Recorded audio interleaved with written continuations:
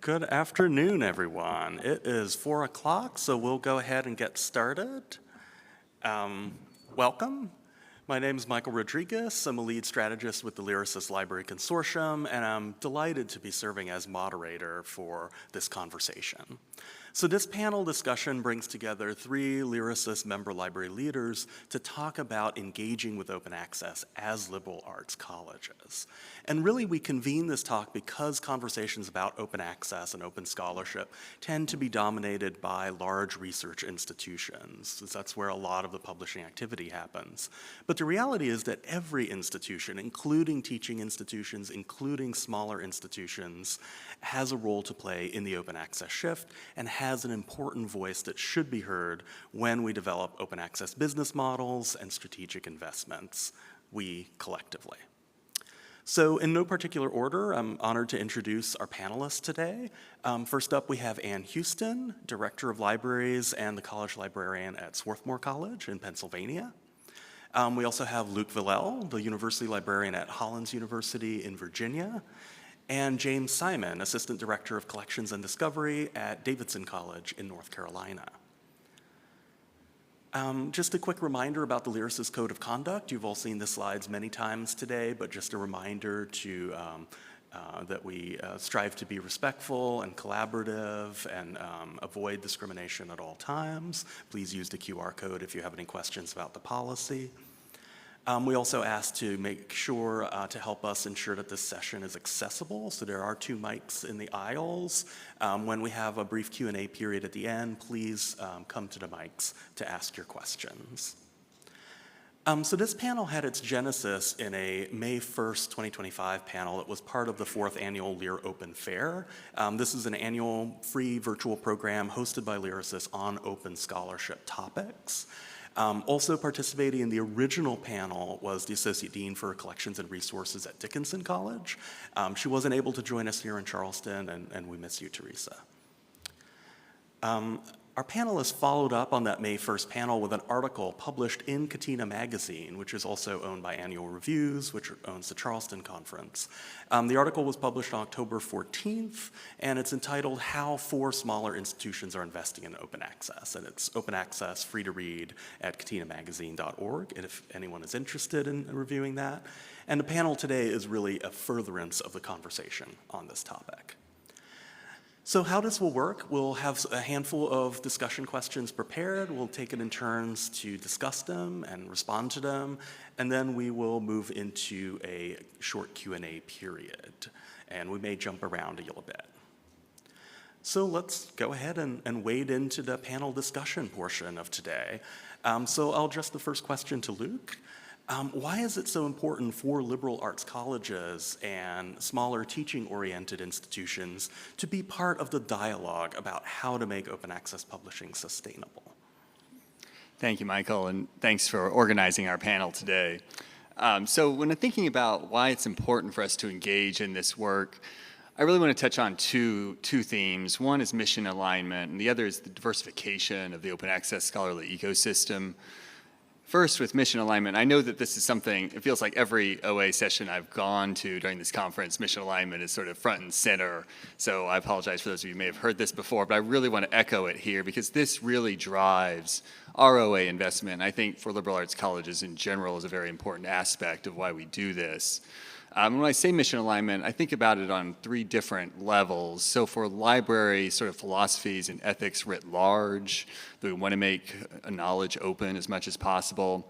I think about our institutional mission. So at Hollins University, to say a bit about where I am, we're a very small, historically women's undergraduate institution, just under 800 undergraduate students and a few smaller grad programs. So you can imagine that, again, we're very focused on the liberal arts. We're very focused on women's issues, women's and gender studies. These are really important areas for us, along with, the humanities, fine arts, writ large as well. So I'm thinking about it from the institutional mission. I'm also thinking about it from our library's mission. So to give an example from our institutional mission, access right now is such an important part. If you look at our current strategic plan, it's really all about access to our high quality liberal arts education. And of course, we have a small campus. We're only having, 800 at the max, sort of undergraduate students on campus. But this is a way for us to extend, the things that we care about to a larger audience. So we can fund those things, we can support those things that reflect the values that we care about. And again, whether that's women's issues, whether that's the arts, whatever that might be, we can bring that to a larger audience through supporting open access. Interdisciplinary approaches right now are very important to us. So again, open access lends itself to that by exposing fields that may not have been in conversation with other fields, but by making those materials accessible, researchers from other disciplines can engage with those. So that's an example of sort of institutional mission. And then thinking about library mission, again, we're sort of trying to facilitate our community's critical engagement with the world's complex information environments. That's sort of in our mission statement. So thinking about what can we do to make sure that our students, our community, are finding materials out on the open web that are going to be valuable for them. We've long curated sort of a walled garden of content, and we don't want to be all about that anymore. We want to be, how can we make a bigger difference, and not just within the materials that are only accessible to our community. So that being about mission alignment, the final thing I want to touch on is just sort of the diversification of the OA scholarly landscape. Thinking back to OA over the past, decades, it's really focused on STEM certainly first, and journal articles first. Well, our interest really is more in liberal arts fields, in the monograph, and books. So just to give one example, again, liberal arts colleges coming together, several years ago to create a liberal arts focused open access book publisher in Lever Press, which we're now a member of. So trying to make sure it's really a diversification of the OA landscape. And I think, we want that OA landscape to reflect the great tapestry across our institutions, across our publishers. So that's how I would sort of address that question about why this is important. And Anne? Sure. So Luke said that really well, but I'll just add 2 points. One is that, liberal arts colleges do contribute to research on a much smaller scale, maybe than the big R1s or the R2s. But if you're thinking about, I don't know how many of you in the audience are from liberal arts colleges, but you probably know faculty at your colleges who are doing really great research, who are kind of your stars, your research stars. So it's not like we are insignificant in the greater research ecosystem.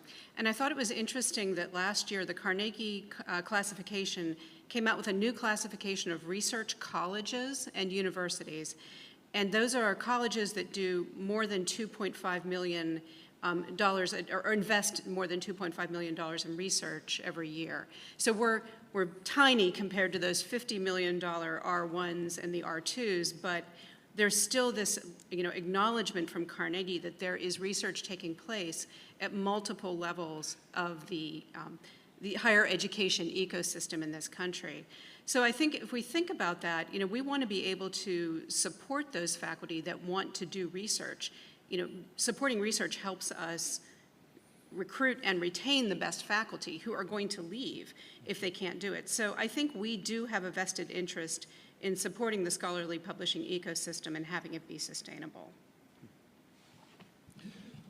Those were excellent points and very much similar to what I was thinking here. So maybe I'll just throw in one smaller point.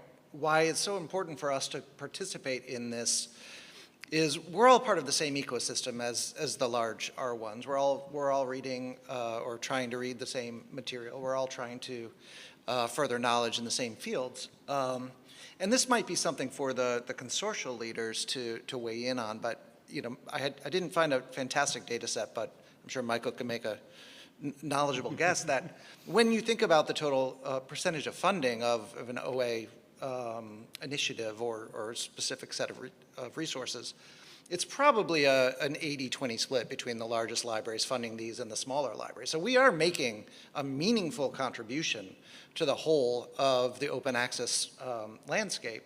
Without that 20%, there's fewer resources, there's fewer diverse resources, there's less for the entire collective to benefit from.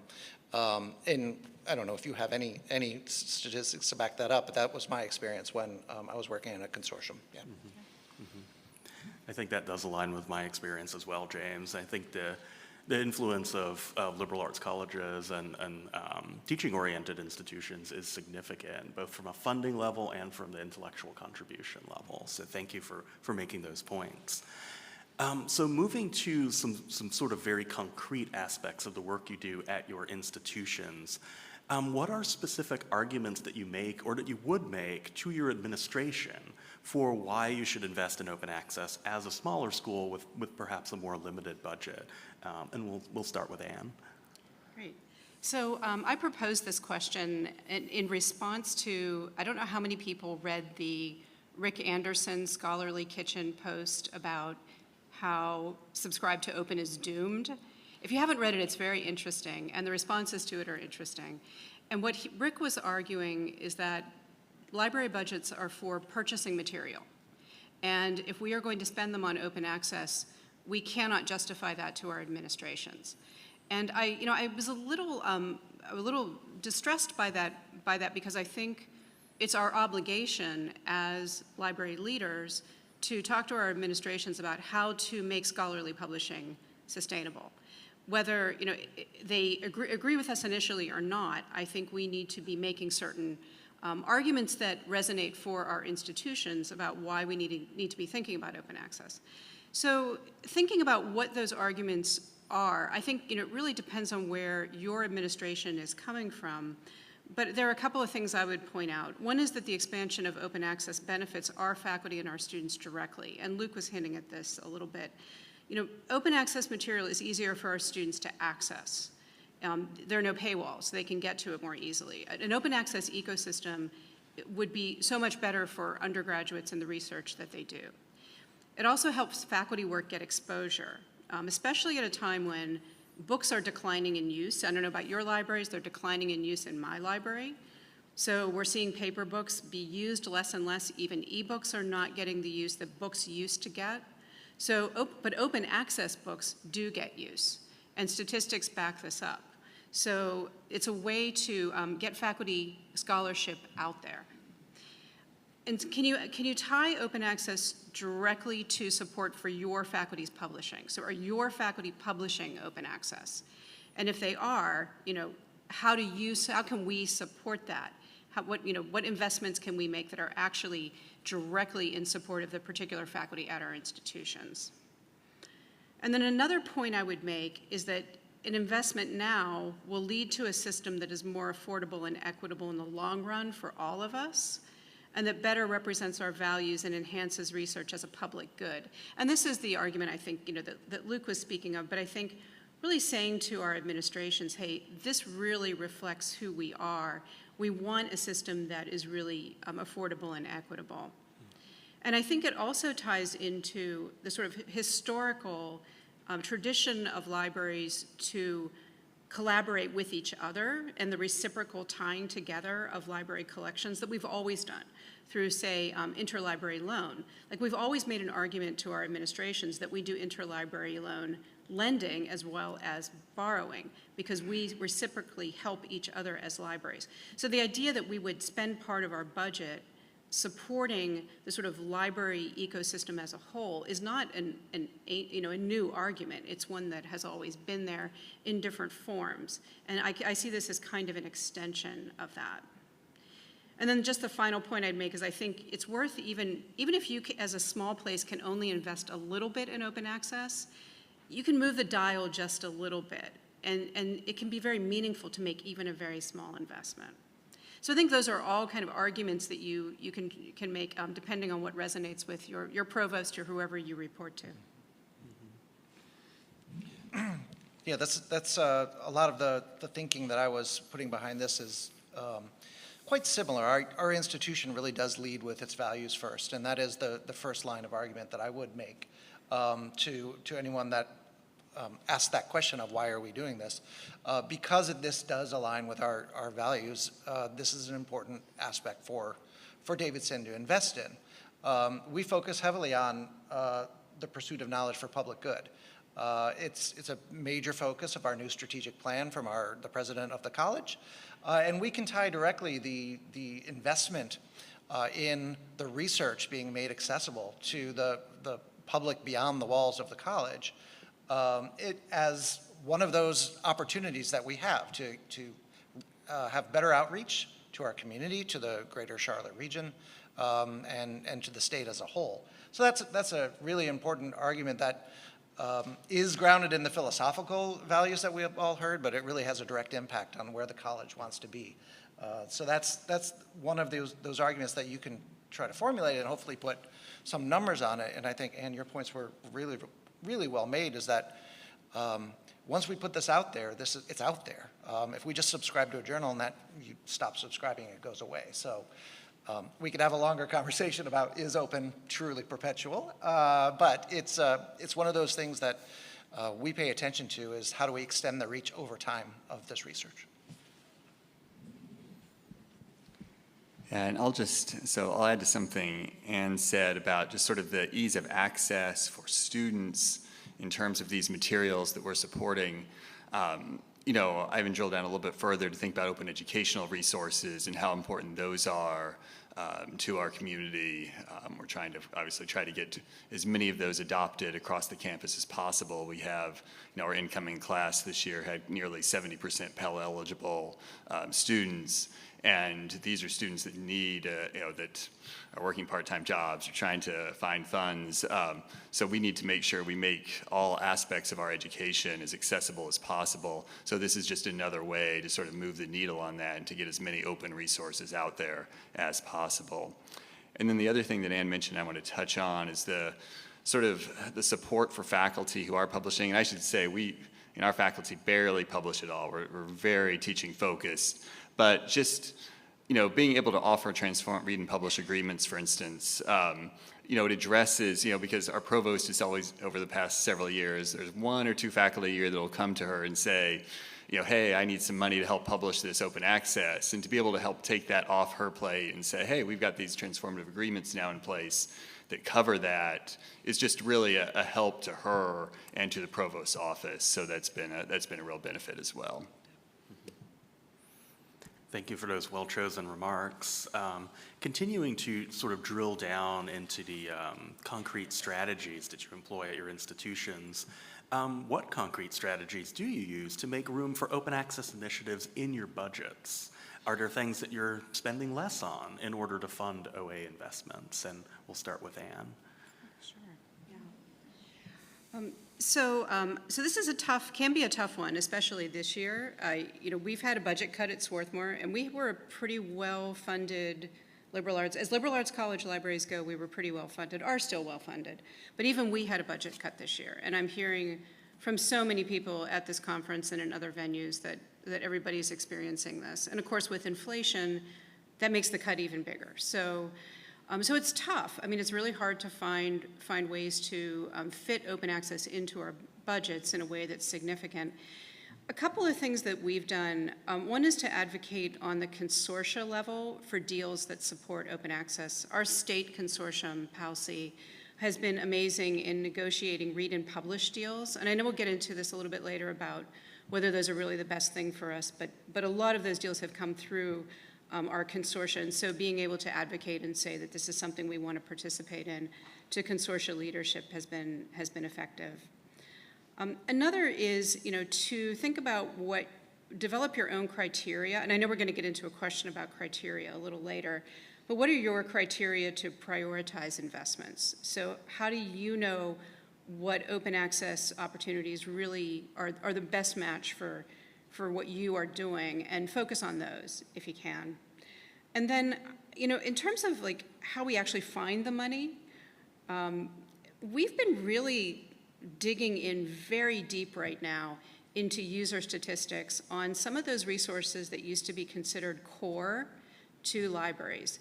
And we're finding that they're not as core as they used to be. And I don't want to name any particular products with vendors around, but we are finding that there are some things that we would never have canceled 10 years ago that we're like, well, maybe we don't actually need that anymore. And I think that just is really about how research is changing and how usage is changing. And we're seeing such profound changes right now that I think really digging into not assuming that you have to continue to spend money the way that you have, and to think about, can some of this be repurposed for open access? And I think that's just a conversation to have within your team. You got it? So I'll just mention one thing here, is just the importance for us of writing this into our collection development policy, to make it really clear, really transparent, that we are supporting open access. They're explaining why we're doing that. We believe in these open dissemination of research and scholarship. We want to support the Hollins community making materials open access. We want to support third parties who curate OA resources that will be of use to our community. We put that into our collection development statement about 5 years ago. We also have a site where we make clear these are all the open access initiatives, infrastructure that we support. So that's, again, very transparent, very open. And so just building that into, I mean, we consider OA resources at the same time we consider, traditional subscriptions. So that's just part of our conversations in our collection development discussions. And then the other thing I'll say here is just that, certainly a very difficult budget climate. We've had a flat budget for 10 years, which of course equals cuts every year essentially because of inflation. But our faculty understand, it's sort of this difficult environment sort of gives an opportunity to really rethink how you do things and what you want to focus on. So we've just, we subscribe to a whole lot less journals than we used to. I mean, that's to be things that we don't have as much of, but that has not been an issue for our faculty, our students, anybody. There's been zero sort of concern about that across campus, and we talk to faculty when we cancel those subscriptions. So it's just, again, taking this opportunity to really rethink. We do not have the same budget we used to. We can't do things the same way we used to, so we want to choose to do things differently. Those are excellent points, Luke, and I don't believe we have open access explicitly in our collection development policy, but it's something we practice, and probably to make sure that it withstands changes over time. We should put it in there, so I'm taking notes. What we do, though, is we do create an allocated fund for open access initiatives, and that's something that has allowed us to hold funds outside of other big deals or journal subscriptions or other things, specifically for explicit open access initiatives. So whether it's funding Lever Press or Reveal Digital or other types of initiatives. What doesn't usually fit into that are things that change over time, like Subscribe to Open or transformative agreements. Those are usually folded into the journal side of things rather than our open access funds. So these are usually explicit multi-year commitments that we make to open access. So what we fund might change over time, just depending on the portfolio of what our faculty or students are interested in, but we do hold a percentage of funds that we increase by 0.25% every year to devote more and more into open access initiatives. And that was just something that we found is a great way to pay continued attention rather than just let it go by. When drilling even deeper into this question, and you touched on the criteria piece, so what criteria do you weigh when considering open access investments? And are there certain types of OA resources or business models that are uniquely beneficial or uniquely problematic for your institutions? And we'll start with James on this question. Sure. Several criteria we use and when thinking about this. The first one that I'll mention is really mission alignment.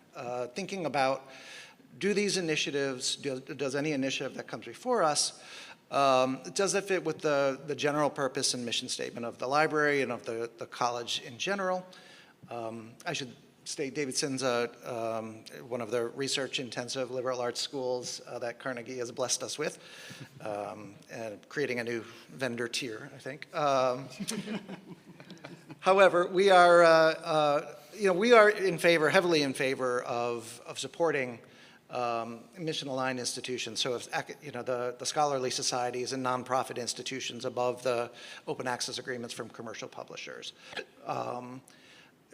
initiatives or publications that are explicitly feature open as a quality of their work.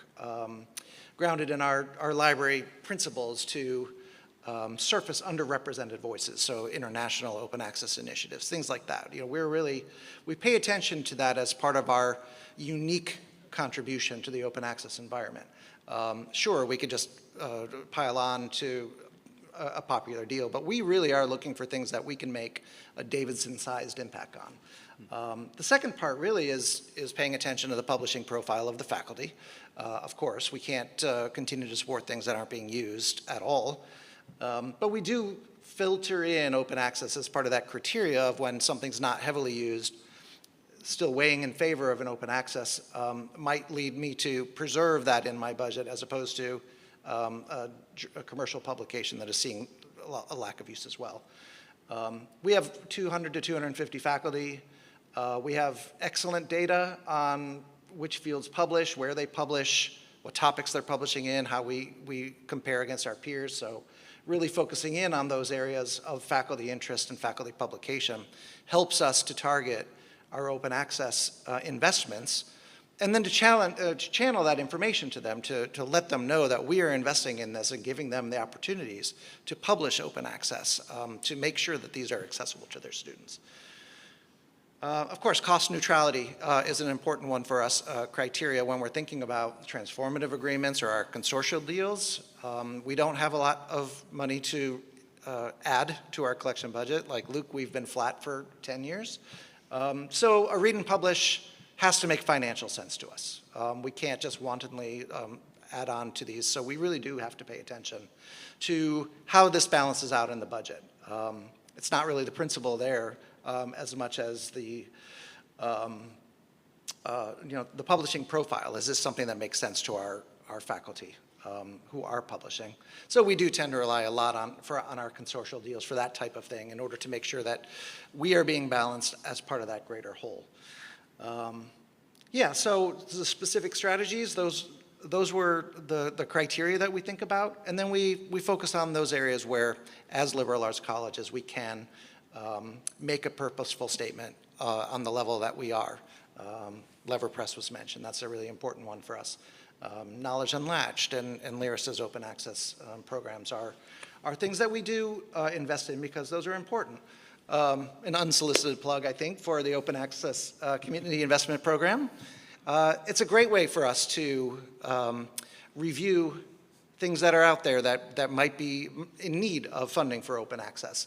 Lyris does the heavy lifting of bringing that together, of asking consistent questions and putting together consistent information on those. And we can review those lists relatively easy without having to open the hood and really check hard to see if this is something that is a wise investment, because the vetting is being done at the consortial level, and a lot of that trust diligence has been done for us. So that makes it easy for us to allocate our funds. Thank you for your work in there. Thank you. So the other thing that I would just mention is thinking about staff as one of those investments that you make, and how do you staff in open access program? Like, what kind of scholarly communication skills do you need on your staff, and how do you build up that capacity in your staff? And related to that, so we have we're very lucky we have a scholarly communication librarian. We have someone who has that title and engages really deeply with a lot of this. I get a lot of what I say, I get from Maria, because she keeps me really well informed. But she also spends a lot of time building our institutional repository and trying to get copies of all of our faculty articles and everything in there. And that's an OA model that I think we're questioning just a little bit. It's like, what is the purpose of the institutional repository in a small institution like ours, where faculty may want to, if they are going to put their article out there open access, they may have other places where they can put it, like a discipline-specific repository. So what really is the purpose of the institutional repository? And maybe it's for things that are truly unique to the institution, but that faculty scholarship, do we want to invest a lot of staff time into building that? So, the question, part of the question here was what models are suitable or unsuitable for a liberal arts college, and we're kind of questioning that model of open access and really thinking it through. Yeah, I don't think I have really, and those are terrific answers. I loved, and James, I loved how you put a particular Davidson impact on a project. I think that's really important because I think we often look for that sort of within a consortial effort where say, okay, Virginia libraries are really dedicated to this. We want to buy into this as well. So that's a great point. Thank you. So as liberal arts institutions contributing to open access, what messages do you have specifically for library vendors and library consortia? What should they know about you and your goals, and how can they better support you in achieving those goals? And we'll start with Luke for this one. Yeah, so first, I would say thank you to Consortia. Viva and Lyrasis have been such great partners for us. So Viva is our state academic library consortium, and then Lyrasis, of course, here with us today, have just been such great partners in identifying materials, as we've discussed, that we might want to consider investing in.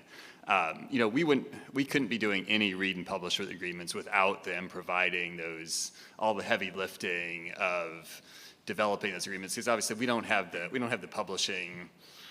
We're not doing the publishing to make it worth publishers' while to come talk to us about an individual agreement. So those really have to go through a consortia to make it worth our while, their while. So all the credit to them for doing those. Also really appreciative of opportunities to leverage our funds when we can.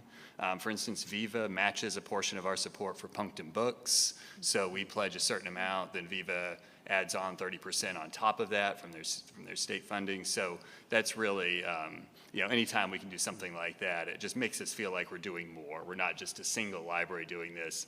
We're a part of a larger group making a statement that this work is important. So consortia have been so valuable in this process for us. As far as vendors go, again, thanks for all the opportunities, all the experimentation, all the different models have been floated, that have been proposed. I think this really isn't, there's no particular model that doesn't work for us at this point, right? We're very interested in just trying different models, seeing what works. And really the overall message is we want to support open access. Just to give one example, I'd rather support a digital archive that's going to be OA rather than one that we have to purchase and then it's paywalled to us. I've had enough experience now with us buying perpetual access to digital collections or digital archives that I know we won't get that much use of. So it's really not worth our spending the money on that. And I'd rather use that money to help make that material available to everybody. So one recent example that came to mind, and I don't mean to call out Claravit or Ms. Magazine here, but Ms. Magazine's digital archive just became available through ProQuest for subscription. I got the pricing. I don't think our usage would justify it. But as a historically women's institution, if we could help support making that openly accessible, even if there was a 3-year moving wall, 5-year moving wall, we'd absolutely love to do that, even though I don't think the subscription makes sense for us. We'd so much rather support making that open access. So that's just an example that comes up in my mind. Want to go next? Sure. Yeah, that's a lot of what I wanted to say was that. I would say to the Library Consortia and to the vendor, and thank you all for coming. I know there are a lot of publishers in the room, and so I hope you are taking notes. There will be a quiz. Our time, attention, and money is limited, of course. And my ask of you all is to make it easy on us. We want to support initiatives that make a meaningful difference. So make it easy and tell us plainly what it is that you're proposing to do. Don't cloak this in marketing speak of, this is so innovative. It's exactly the same as everything else, you're just giving it a different name. Like, get together with your colleagues to think about models that you're experimenting with and make it easy on us to understand the investment that you're proposing. Work with publishers and libraries to standardize practices in this area. Work with the consortia to make it easy, because as I said, our time and attention is limited, but we do pay attention to when our consortia put offers out. So make it easy on us to be able to invest this. And yeah, finally, build something into your products that allows for open at some point. That's really my experience at CRL was institutions, large and small, want to see this content open. We pay for it if we have to, but we would much rather see there an incentive towards open at some point. So build that in, and you will make it much easier for institutions to make the case for investment. So Luke and James said all that really well, so I don't have too much to add, but I will say, something I said to a vendor yesterday, we were talking about library budgets and how so many of us are seeing cuts. And I said, I think what might be different this time is I'm not sure how much we're going to rebound from this. I get the feeling that something is really changing right now, and we might be seeing library budgets constrict for quite a while, or perhaps permanently. I just don't see next year my budget going up to what it once was.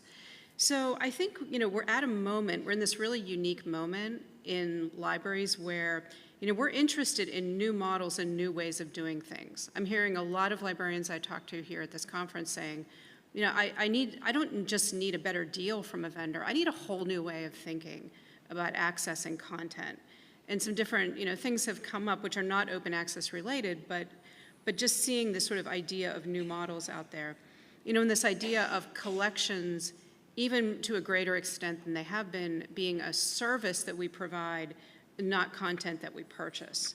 So vendors can work with us on figuring that out. Like, what does the new collections landscape look like, and how does open access fit into that? Or is it an open access landscape? Is that what it becomes? So I think this has to be a dialogue with vendors. It can't be, they have to be a part of this.